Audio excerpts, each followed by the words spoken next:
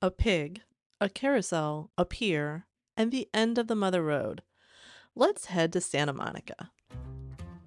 Welcome to Pop Culture Passport, your ultimate guide to quirky and cool destinations across the US. I'm your host, Beth Scalacci, aka the Roman Yeti, here to help you dive into the world of theme parks, uncover film and TV locations, and explore quirky museums, roadside attractions, and legendary venues that capture the heart and soul of this unique country. So grab your pop culture passport and let's discover destinations that resonate with your interest, not just with what's trending on social media. Are you ready? Let's roam! Welcome back. Today we're heading to the Santa Monica Pier, one of those iconic California spots that feels straight out of a postcard. It's usually sunny, the ocean breeze is in your hair, street performers are doing their thing, and you can almost smell the funnel cake from a mile away. Now, when we visited, we did all the usual things. We strolled to the end of the pier, watched the fishermen, soaked up that Pacific Ocean view.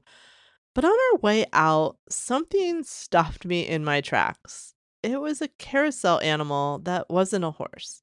It was a pig among a lot of horses. Now, if you've traveled with me before, or at least have listened to a few of these episodes, you know that little details like that can send me down a rabbit hole of curiosity.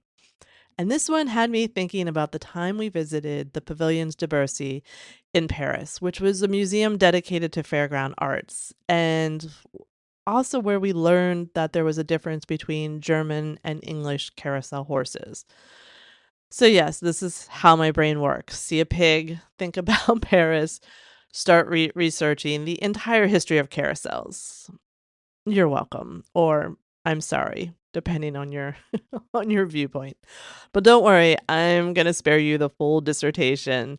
I'm going to hit you with the highlights, along with some Route 66 information and even a little Hollywood glamour, because we're in LA. Why not? So, first up, let's talk about the pier itself. Now, the Santa Monica Pier officially opened in 1909. And some similar to if you listen to the Echo Park, wasn't for fun right away. It was actually a municipal pier designed to carry sewage pipes out into the ocean. Not exactly the tourist attraction we know today.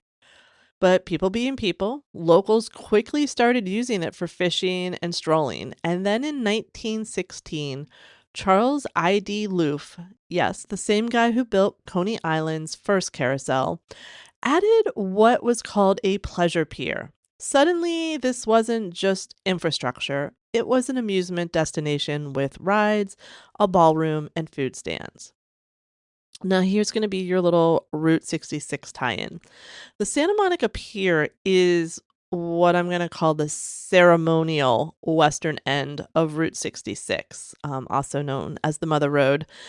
Now, the actual ending is inland a little more at Lincoln and Olympic Boulevards, but I mean, let's be honest, if we're doing Route 66, the ocean is a much better photo op, and that's why you'll find the famous end of the trail sign right there on the pier. While we were there with a very long line of people wanting to get their pictures taken. So, if you've ever dreamed of driving Route 66, I know I have.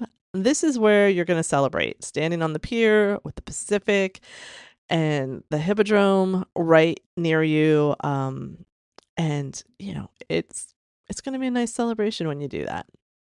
Now, let me get back to the carousel and the pig that started all my wondering. Why is there a pig among the horses? Turns out carousels have this really fascinating backstory. And the earliest version of this ride wasn't for kids, it was for warriors. So back in the 12th century, Turkish and Arabian horsemen trained for battle by riding in circles and tossing perfumed filled clay balls. Missed a catch, and well, you smelled terrible all day. Fast forward to Europe, and noblemen were practicing spearing rings on horseback, a little precursor to the brass ring we know today. Eventually, this training exercise evolved into a fairground attraction, and by the late 1800s, we had the platform carousel, that we're familiar with today. Has with beautiful carved horses and a menagerie of animals. This period from the 1870s to the 1930s is considered the golden age of carousels. Now, here's where my Paris memories come in. So, at the Pavilions de Bercy, we learned about the difference between English and German carousel horses. So, English horses are bold and stylized, and they're often in a dramatic gallop. German horses are more elegant and realistic, sometimes even with real horsehair tails. So, seeing that pig on the Santa Monica Carousel reminded me that these rides just aren't amusement, they're artistry and their tradition, and they're a bit of whimsy and symbolism. Also, another fun fact is that American carousels spin counterclockwise, so the riders could grab the brass ring with their right hands, while British ones go clockwise. So file that one away for trivia night at your local watering hole. And that pig, the pig that started it all, beyond being really cute, apparently pigs on carousels symbolize joy and abundance and fun, which honestly feels like the perfect mascot for a ride at the beach. Now, the Santa Monica Pier's Looff Hippodrome isn't just a pretty face, it's also a Hollywood star, and you can spot it in The Sting, which was a 1973 Oscar winning film with Paul Newman and Robert Redford.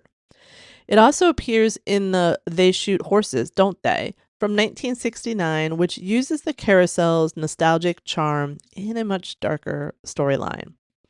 But carousels in general, they've always been shorthand for innocence, nostalgia, and sometimes even danger. Remember Hitchcock's Strangers on a Train?